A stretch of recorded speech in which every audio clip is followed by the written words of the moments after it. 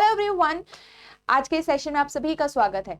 आज हम ये जो चैप्टर करने वाले हैं ब्लड रिलेशन, उसमें पार्ट 2 आज हमारा सेशन रहेगा। पार्ट 1 हमने ऑलरेडी कवर कर लिया था और इसके बेसिक सेशंस भी हमने कवर कर रखे हैं। आपको वो पहले के सेशन में मिल जाएंगे। आप उन वीडियोस को जरूर देखें, उनको गो थ्रू कीजिए एंड देन आप यहाँ पे प्रैक्टिस एमसीक्यूज पे आइए। ठीक है, साथ साथ में आई होप आप भी सेशंस के साथ साथ प्रैक्टिस करते जा रहे होंगे क्वेश्चंस की, जिससे आपकी प्रिपरेशन और आगे बढ़ती रहे। तो जरूर देखिए, सेशन को स्टार्ट से एंड तक जरूर देखिए और प्रैक्टिस करिए हर एक क्वेश्चन की। तो चलिए आगे चलते हैं आज के सेशन में। With this comprehensive guide book discuss करते हैं इसमें आपको क्या क्या इंपॉर्टेंट चीजें अवेलेबल होती हैं। जैसे कि आप देखते हो, आपका सीसेट का पैटर्न, आपके पूरे पैटर्न के बारे में नॉलेज जो है इसके अंदर है। आपका सीसेट जो सिलेबस क्या देता है वो इस गाइड बुक के अंदर आपको इजीली अवेलेबल है। Then detail syllabus of every section और इंपॉर्टेंट टॉपिक्स, या फिर अगर आप पहली बार सीसेट दे रहे हो तो कैसे आपको कोप अप करना चाहिए किसी भी सेक्शन के साथ, तो ये सारी इंफॉर्मेशन आपको इजीली यहाँ पे मिल जाती है इस गाइड बुक में। और ये गाइड बुक एक ई बुक है, तो आप इसको इजीली डाउनलोड करके अपने पास सेव करके रख सकते हैं। ठीक है, अपने मोबाइल फोन्स वगैरह में भी। इस वीडियो के नीचे डिस्क्रिप्शन में जाइए, वहां पे आपको एक लिंक मिलेगा, वहां से आप इसको डाउनलोड कर सकते हैं विदाउट एनी कॉस्ट। तो चलिए स्टार्ट करते हैं with our first question now. आपको पता है आपने बेसिक्स क्वेश्चन किए हुए हैं, राइट। अब हम आगे बढ़ते जा रहे हैं धीरे धीरे, जैसे जैसे हमारे पार्ट जो है वो आगे बढ़ते जाएंगे। ठीक है, अब यहाँ पे आपको एक क्वेश्चन दिया है जिसमें एक फैमिली ट्री के रिगार्डिंग इंफॉर्मेशन गिवन है और उसके बेस पे आपके पास ये दो क्वेश्चन है। तो आप क्या करो, पहले यहाँ से निकाल के अपना फैमिली ट्री कवर कंप्लीट यहाँ पे से करिए। तो 8 मेंबर्स है फैमिली में। L is married to M. L क्या है, मैरिड है एम से। L is the grandmother of S। L जो है वो ग्रैंड मदर है S की। ऐसे बनाओगे आप तीसरी जनरेशन में। ठीक है, L ग्रैंड मदर है तो L female M male. M has 1 son and 1 daughter. M की अगर एक सन और एक डॉटर है, इसका मतलब L और M दोनों का ही एक सन और एक डॉटर की बात कह रहे हैं यहाँ पे। N is the son of L। N जो है वो सन है L का, तो यहाँ पे आप बनाओगे and is married to O। क्या है, N जो है वो L का सन भी है और किससे मैरिड बना रखा है आपने, O से मैरिड बनाया हुआ है भाई। ये इतना गिवन है, साथ साथ में फैमिली ट्री प्रिपेयर करते रहो। R is the son of P। भाई R जो है वो सन है P का, तो अभी आपके पास यहाँ पे R P कहीं नहीं, अलग से बनाओ इसको। R जो है वो P का सन है। O also has 1 son. O का भी एक सन है, तो भाई O का भी एक सन बनाएंगे ऐसे करके। P is the son in law of the family. P क्या है, सन इन लॉ है इस फैमिली के अंदर। तो सबसे पहले ये पता चल गया कि P एक मेल जेंडर है। P मैरिड किया होगा इस फैमिली की डॉटर के साथ, तो यहाँ पे भी 3 पर्सन्स आने चाहिए। अब देखो, पहले आपने कितने पर्सन्स कंप्लीट कर दिए हैं अपनी मेन फैमिली ट्री में, तो 1 2 3 4 तो ऑलरेडी हो चुके हैं। आपके पास 8 मेंबर है, 4 और फिल करने, तो 1 और 2 तो यहाँ पे आएंगे। ठीक है, 1 और 2 आपके यहाँ पे आएंगे। उसमें से S भी आपका आना चाहिए, तो S यहाँ कहीं आएगा। ठीक है, P R हो गया और Q को भी आपको अभी यहाँ पे रखना है। अब देखो P जो है यहाँ पे एक डॉटर है, राइट, तो P यहाँ पे मैरिड करा सकते हैं हम। अब आप कहोगे P यहाँ से क्यों नहीं मैरिड होगा, हो सकता है कि यहाँ पे एक डॉटर हो, यहाँ से भी मैरिड हो, तो अभी बनाते हैं उसको भी। तो पहले ऐसा करते हैं, P यहाँ रखते हैं जो डॉटर है, क्योंकि P एक सन इन लॉ है, तो P मैरिड करेगा उनकी डॉटर से। और P फादर है R का, तो R शुड बी हेयर। अब S के लिए S और Q बचे हैं आपके पास, बस बाकी और सारे मेंबर आपने फिल कर दिए। देखो अभी किसी की जगह आपको पता नहीं है, ये ध्यान में रखते हुए चलो, वी हैव लिमिटेड मेंबर्स। ठीक है, तो Q और S आपका बचा है। अब देखो Q कहाँ रख सकते हो, S कहाँ रख सकते हो, ये सोच के चलो। S क्योंकि लास्ट के जनरेशन में ही आना चाहिए, तो S को यहीं पे आना पड़ेगा, और Q क्योंकि बच रखा है तो उसके लिए ये जगह खाली बची थी। अब देखो 1 2 3 4 1 2 3 4 कंप्लीट फैमिली ट्री आपका ये बन गया है। ठीक है, सो ये हमारा फैमिली ट्री होगा। अगर आप लोग सोच रहे हो कि अगर हमने P को वहीं पे क्यों रखा, तो अभी देख लेते हैं। इतना हमारा बन चुका था यहां तक। ठीक है, इनका एक सन था और इसकी एक सिस्टर थी। ठीक है, अगर हम P को इसकी ये O का कोई मान लो यहां पे से P बनाते हैं कि P मैरिड है इसकी सिस्टर से, क्योंकि P एक सन इन लॉ है, तो P को यहां अगर ऐसे रखेंगे और आर अगर आप यहां रखना चाहोगे, मान लीजिए, ठीक है, तो आपके पास देखो 1 2 3 जगह खाली है, 1 2 3 मेंबर्स की जगह खाली है, और कितने मेंबर आपके पास बच रखे हैं? सिर्फ 2 मेंबर की प्लेस बची है, मतलब यहाँ पे 6 मेंबर्स भरे हुए हैं आपने, मतलब नॉन मेंबर रखे हुए हैं, ठीक है। एस और क्यू की जगह बची है, एस और क्यू को भरना है आपने, बट आप यहाँ पे ध्यान देगो कि आपके पास जगह कितनी है? 3 है, बट मेंबर कितने हैं? सिर्फ 2 हैं, तो ये एक एक्स्ट्रा जगह का क्या करेंगे हम? इसका मतलब ये गलत था, ठीक है। तो इसलिए ध्यान रखिए कि कभी भी जब आप वो करते हो, दिया रहता है कि इतने मेंबर्स हैं, तो उसके हिसाब से फैमिली ट्री को कंप्लीट करना चाहिए, ठीक है। चलिए, who is the sister in law of O? देखो सिस्टर इन लॉ ओ की कौन है? ओ जो है वो यहाँ पे है, तो इसकी सिस्टर इन लॉ क्यू बनेगी, मतलब, ठीक है। आगे देखिए, how many female members will be there in the family if S is married to Z? अगर एस मैरिड करता है जेड से, देखो ये सिर्फ इस क्वेश्चन के लिए आपका सिचुएशन गिवन है, तो अगर एस का हम यहाँ पे मैरी करवाते हैं जेड से, उसके बाद आपके पास कितनी फीमेल है? तो 1 फीमेल, 2 फीमेल, 3 फीमेल, 4 फीमेल, कितने हो गए टोटल? हमारे पास 4 है ना, 1 2 3 4, हाँ ढंग से काउंट करके 4, क्योंकि अगर एस एक ऑलरेडी मेल मेंबर है, मेल यहाँ नहीं गिवन था, ऑलरेडी ऊपर नहीं गिवन था, एस मेल कैसे बना? क्योंकि ओ हैज वन सन ये लिखा था, इसलिए एस मेल बना, ठीक है। चलिए नेक्स्ट क्वेश्चन अब देखते हैं हम यहाँ से, in a joint family consisting of 7 member, कितने मेंबर हैं? 7 मेंबर, ठीक है। O is married to Z and they have 2 daughters M and W. तो यहां से स्टार्ट कर लेते हैं, ओ और जेड मैरिड हैं और उनकी 2 डॉटर्स हैं, तो 1 डॉटर 2 डॉटर, ठीक है। चलिए, जिसमें से एक एम है और एक डब्ल्यू है, और one of them is married, या तो एम मैरिड होगा या तो डब्ल्यू मैरिड होगा, वन ऑफ देम। एक्स और वाई आपके सिबलिंग दिए गए हैं, अभी नहीं पता कहां रखना है। N is the niece of W and is the daughter of X. Okay, N जो है आपकी नीज है किसकी? डब्ल्यू की, और किसकी यहाँ पे डॉटर है? एक्स की। इतना क्लियर है? अब एक चीज ध्यान दो, am already, sorry W already sister है किसकी? एम की, ओके। एन जो है वो डॉटर है एन एक्स का, ओके। आपके पास 7 मेंबर हैं, 4 मेंबर आपने बनाए हुए हैं, इनमें से एक पर्सन यहाँ पे मैरिड भी है, और अगर इनमें से जो भी मैरिड होगा, क्योंकि डब्ल्यू की नीज आपके पास यहाँ पे से एन दिखाई दे रहा है, तो एन और डब्ल्यू का रिलेशन कुछ इस प्रकार है, राइट। तो हो बिल्कुल एम की डॉटर बनेगी आपकी एन, ठीक है। एम की डॉटर एन बनेगी, क्यों? क्योंकि वो डब्ल्यू की नीज हुई है, ठीक है। चलिए अब आगे देखो, यहां से आपने एन को उसकी डॉटर बनाया, एम शुड बी मैरिड, क्योंकि एन का एक और पेरेंट आपको गिवन है, क्योंकि वो एक्स की भी डॉटर है, तो एक्स की भी डॉटर है। एम ऑलरेडी फीमेल है, तो एक्स मेल बनेगा। देखो कितने मेंबर करें, 1 2 3 4 5 6 मेंबर, एक 7वां मेंबर और है, जो कि कौन रह गया है यहाँ पे? देखिए वाई। एक्स और वाई सिबलिंग दिए गए हैं, तो एक्स और वाई को आप सिबलिंग बना दीजिए भाई।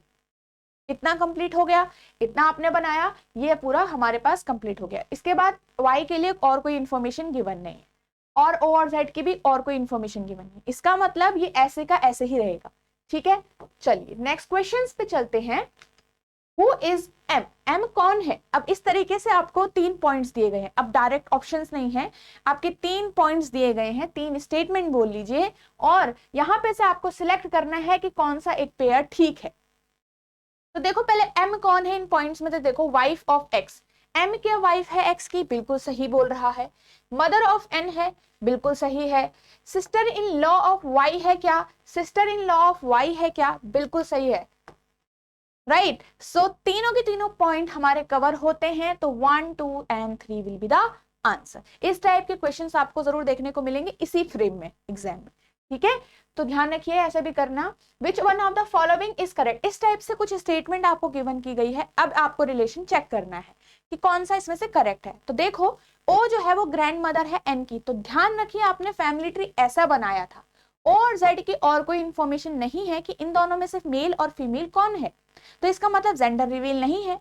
जेंडर डिफाइन नहीं है, तो ओ को हम ग्रैंड मदर नहीं बोल सकते, डेफिनेटली नहीं बोल सकते ना, ग्रैंड फादर भी तो हो सकता है। वाई इज आंट, अब अगर वाई जो है उसका भी जेंडर क्लियर नहीं है तो वो अंकल और आंट में से कुछ भी हो सकता है। नेक्स्ट देखिए, W is paternal aunt of N, paternal aunt है, W जो है वो पैटर्नल आंट है क्या N की, आंट तो दिख रही है बट मैटरनल आंट है, इस शब्द की वजह से ये भी wrong. N is the grand daughter of Z, क्या N जो है वो ग्रैंड डॉटर है Z की, यस। देखो यहाँ पे आप कहोगे Z का भी जेंडर नहीं रिवील है, बट वो N के बारे में बात कर रहे हैं, जिसके बारे में बात करते हैं, जिसका रिलेशन बोल रखा होता है वो उसका डिफाइन होना चाहिए, एन तो ग्रैंड डॉटर ही है, तो ये स्टेटमेंट करेक्ट है इनमें से। ठीक है, चलिए आगे बढ़ते हैं नेक्स्ट वाले क्वेश्चन पे। आई होप आपको ये चीजें समझ आ रही है और साथ साथ में आप भी सॉल्व कर रहे हैं। ठीक है, चलिए अब ये एक डेटा सफिशिएंसी टाइप का आज मैं आपको क्वेश्चन करा रही हूँ। डेटा सफिशिएंसी टाइप के क्वेश्चंस में पहले आपका बेसिक अच्छे से क्वेश्चन होने चाहिए, मतलब बेसिक क्वेश्चंस की प्रैक्टिस करिए, उसके बाद इस पे जंप करिए। ठीक है, अब यहां से हमेशा देखिए आपके पास सिर्फ अगर दो स्टेटमेंट है तो आप क्या करोगे, पहले एक स्टेटमेंट से चेक करिए, फिर सिर्फ और सिर्फ दूसरे स्टेटमेंट से चेक करिए। ठीक है, राइट। अगर इन दोनों से ही आंसर नहीं आता है तो जाके आप दोनों को क्या करते हो, कंबाइन करते हो। ठीक है, अब देखो इसका पहले हम करते देखते हैं कैसे करना है। In a family O has one daughter and one son, O एक पर्सन होगा जिसकी एक डॉटर और एक सन है। How N is related to M, M से कैसे रिलेट करता है N, M is O's granddaughter, M जो है वो ओ की ग्रैंड डॉटर है और एन जो है वो ओ की डॉटर है। अब ध्यान देखो, ओज एन इज ओज डॉटर, इसका मतलब एन तो डॉटर है, अब ओ का एक डॉटर और एक सन है, इसका मतलब एक सन भी है यहाँ पे भाई, जो हमें अभी नहीं पता जिसका नाम। और आप यहां से कहोगे एम जो है वो ओ की ग्रैंड डॉटर है। अब आपने बनाया फटाफट से ऐसे करके, आपने बोल दिया एन का तो रिलेशन दिख रहा है, एन मदर है, बिल्कुल फर्स्ट से हमारे पास आंसर मिल जा रहा है। फर्स्ट का डेटा क्या है, सफिशिएंट है आपके आंसर को फाइंड आउट करने के लिए। बट ध्यान दीजिए एम ओ की ग्रैंड डॉटर है, एम यहां भी हो सकता है और एम यहां भी हो सकता है, तो इस बात पे ध्यान रखिएगा। यहां पे मैं लिख देती हूं, M can be the daughter of, ठीक है, एन और द सन, जो भी सन है ओ का उसका डॉटर एम हो सकती है। इसका मतलब एन और एम का पर्टिकुलर रिलेशन नहीं पता, या तो वो मदर है या तो वो आंट है। इसका मतलब फर्स्ट वाला जो स्टेटमेंट रहा वो अलोन सफिशिएंट नहीं है, तो आप इस ऑप्शन को चूज नहीं कर रहे हो। जब भी आपका पहला गलत आए तो सेकंड जरूर चूज करिए, सेकंड भी आपको चेक करना है आप। ठीक है, सेकंड से देखिए क्या मिलता है। N is married to M's father, N जो है वो मैरिड है किसके फादर से, एम के फादर से। अगर एम के फादर से एन मैरिड है तो कुछ इस तरीके का रिलेशन बनेगा। मान लीजिए यू आर एम, जो भी आप हो, आप एम हो और आपके फादर से एन ने शादी कर रखी है, तो आपका एन क्या होगा, मदर हो गई। तो रिलेशन पता चल गया, N is the mother of M. कहां से पता चला, सेकंड वाली स्टेटमेंट से। कैसे, अकेले अकेले सिर्फ और सिर्फ सेकंड का डेटा यूज करके हमें आंसर मिला, तो आप कहोगे statement two alone is sufficient to answer. ठीक है, दोनों से नहीं मिलता, दोनों को कंबाइन करते, दोनों की इंफॉर्मेशन कंबाइन करते। ठीक है, दोनों की इंफॉर्मेशन कंबाइन करने के बावजूद नहीं मिला तो आप कौन सा चूज करोगे कि दोनों से ही नहीं मिला, ऐसे करके जो लिखा होगा ध्यान देना।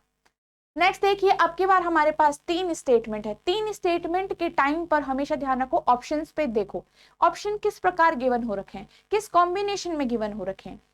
कहा गया है कि how is Z related to X, Z कैसे रिलेट कर रहा है एक्स से, आपको ये बताना है। तो जेड का स्वाभाविक सी बात है, जेड का जेंडर आपको पता होना चाहिए।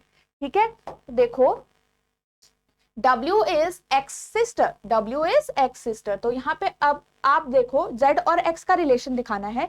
यहाँ पे Z की प्रेजेंस ही नहीं है, यहाँ पे X की प्रेजेंस नहीं है, यहाँ पे आपका Z की प्रेजेंस नहीं है, तो इसका मतलब अकेले अकेले तो किससे भी सफिशिएंट नहीं है। अब ऑप्शंस में ध्यान दो, स्टेटमेंट 1 और 3 को ऐड करके जो भी आंसर आ रहा है क्या, 2 से अकेले आ रहा है क्या, 2 और 3 को ऐड करके आ रहा है क्या, या 3 से अकेले आ रहा है। तो अकेले अकेले वाला तो हमने वैसे ही देख लिया कि नहीं आ रहा है, क्यों, यहाँ z नहीं है, यहाँ x नहीं है, यहाँ z नहीं है, तो कैसे आपस में बताएंगे रिलेशन।